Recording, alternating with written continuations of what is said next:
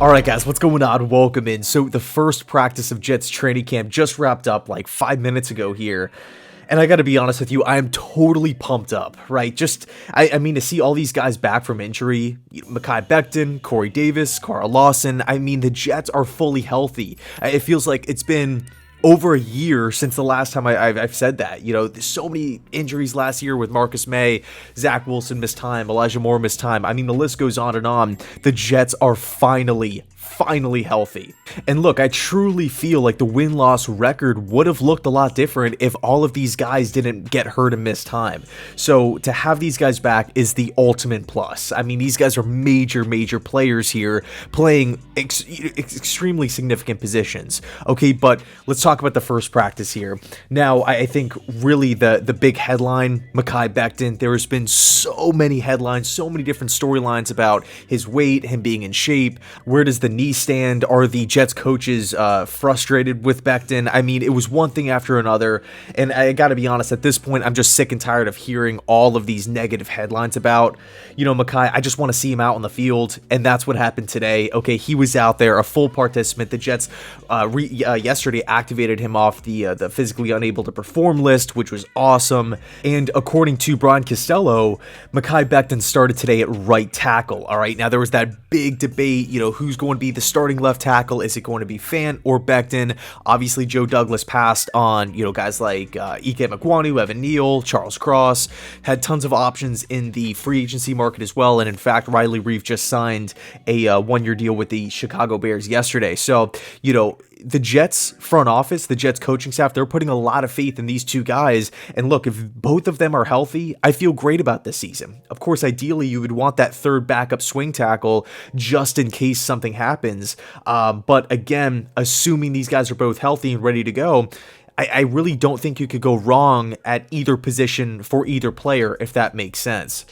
So to see Becton start out the first practice of training camp at right tackle is it's interesting for sure, but it's also exciting, right? It's just, you know, we finally have a little bit of an answer here on where the Jets coaching staff is kind of thinking for the tackle position moving forward. Now, according to Connor Hughes, Becton did start at right tackle, but it was Chuma Edoga on the other side at left tackle, and they're slowly easing George Fant into the lineup, right, into the process here.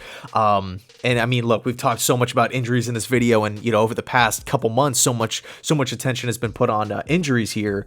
But I would rather the Jets play it safe, don't rush anybody into the process, especially at the tackle position, where, again, we really only have those two solid starters at the position. We don't really have a fallback or an insurance plan here if one of those guys goes down. So, you know, interesting to see Edoga at left tackle, Becton at right tackle to open up practice, but you know, I would rather play it safe with the tackle position. Now, supposedly Denzel Mims had a really good day as well, just making plays all over the field. He had multiple catches. He looked super athletic, and that is just flat out awesome. I mean, I'm totally happy to hear that.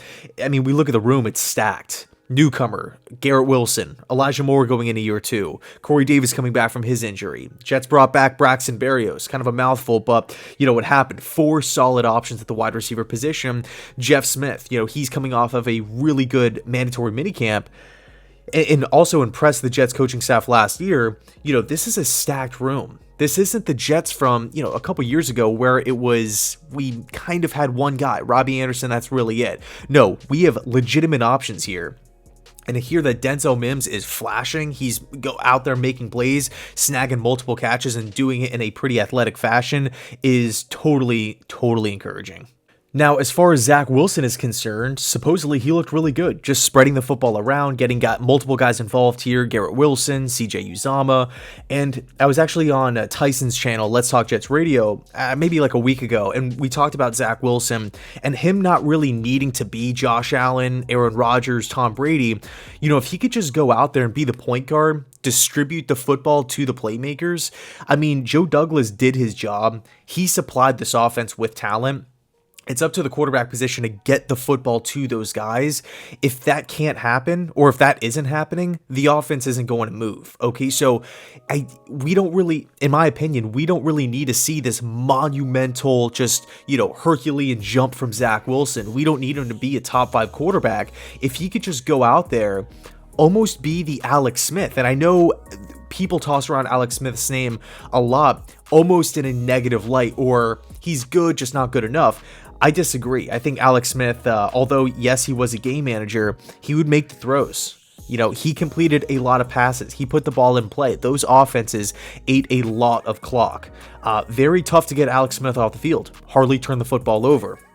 If Zach Wilson can kind of emulate Alex Smith in, certain ways by not forcing balls into double coverage, by taking the small, easy checkdowns, taking the short the gimme kind of throws, I think this offense not only is just going to, get in rhythm a lot quicker, start fast, but they're also going to eat the clock. They're going to keep the opposing offense off the field, and I think that's important. So Zach Wilson showed that today, although DJ Reed did pick him off, I think, at the end of practice. Okay, so that's, we got to mention that. DJ Reed, obviously, I would probably say right now, DJ Reed, favorite player on the defense. I just loved him back in Seattle. What else here? The kickers, perfect on the day. There's a kicker competition. Eddie Pinheiro, Greg Zuerlein, both went 4 for 4. Awesome sign. Good problem to have there. It'd be bad if one went 0 for 4, one went 1 for 3. That's obviously not the position that you want to be in. So it's looking like and to be honest, I think the preseason games are really going to determine what happens at the kicker position. But, much like a lot of positions on this team, I don't want kicker to be overlooked. I mean, that was a problem last year. Think about all the missed field goals that this team had, leaving points on the board, missed opportunities, shooting ourselves in the foot. That can't happen this year. So the kicker position, it's got to be solidified. Anyway, thanks so much for watching. Let me know your thoughts down below in the comment section. What were you happy to see? And as always, go Jets.